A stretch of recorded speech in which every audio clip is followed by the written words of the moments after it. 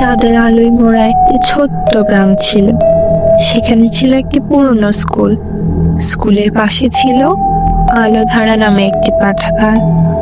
তবে সেই পাঠাগার নিয়ে শিশুদের মধ্যে ভয়ের গল্প চালু ছিল। তারা বলতো রাত হলে সেখানে বই পোকা ভূত ঘোরাফেরা করে। বই পোকা ভূত শুনে মজার লাগলেও শিশুরা খুব একটা সাহস করতো না, পাঠাগারে ঢুকতে চাইতে না। তবে রাজু ছিল কিছুটা আলাদা। ক্লাস 5-এর ছাত্র ছিল রাজু। নতুন কিছু জানার, নতুন কিছু শেখার জন্য সে সব সময় কৌতূহলী থাকতো।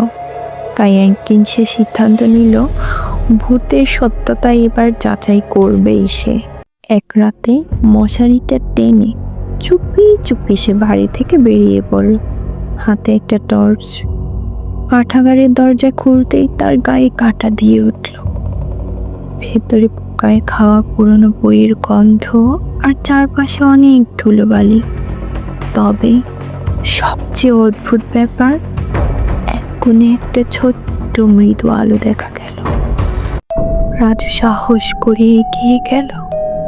আলোটার কাছে গিয়ে সে যা দেখল তা দেখে তার মুখ হা হয়ে গেল।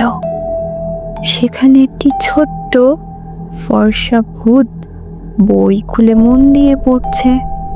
ভূতটা রাজুকে দেখে চমকে উঠে বলল, তুমি কে? এখানে এত রাতে কেন এসেছ? রাজু ভয় কাঁপতে কাঁপতে বলল, আমি রাজু। সবাই বলে এখানে ভূত আছে, তাই তাই দেখতে এসেছি। ভূতটা এবার হেসে ফেলল, বলল, আমি তো ভূত নই, আমি তো বই পোকা ভূত। এই লাইব্রেরির সব বই আমি পড়েছি। পড়া ছাড়া আমার তো আর কিছু করার নেই। তুমি জানো এখানে কি অদ্ভুত আর মজার সব জিনিস লেখা আছে? রাজু অবাক হয়ে বলল, তুমি কি আমাকে কিছু শেখাবে? ভূত খুশি হয়ে বলল, অবশ্যই, এসো তোমাকে দেখাই। পৃথিবীর সব বিস্ময়কর গল্প এখানে আছে। এরপর ওই পোকা ভূত রাজুকে নানা বিষয় শেখাতে লাগলো। ডাইনোসরের গল্প, মহাকাশের রহস্য, সমুদ্রের তলায় লুকানো শহর। রাজু মুগ্ধ হয়ে শুনল। ভূতটা শেষে বলল, এই জ্ঞান সবাইকে শেয়ার করো, বই পড়ার আনন্দ ছড়িয়ে দাও সবার মাঝে। পরদিন সকালবেলা রাজু সবাইকে পাঠাগারের গল্পটা বলল। তার বন্ধুরা প্রথমে বিশ্বাস করল না, কিন্তু রাজু তাদের নিয়ে গেল।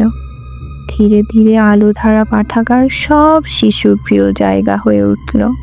বই পোকা ভূত সে খুশি হয়ে রাতের বেলা নতুন বন্ধুদের সঙ্গে গল্প ভাগ করে নিতে লাগলো। গ্রামে আর কেউ বলল না ভূতের ভয়, তারা সবাই বলতে লাগলো ভূতের বই।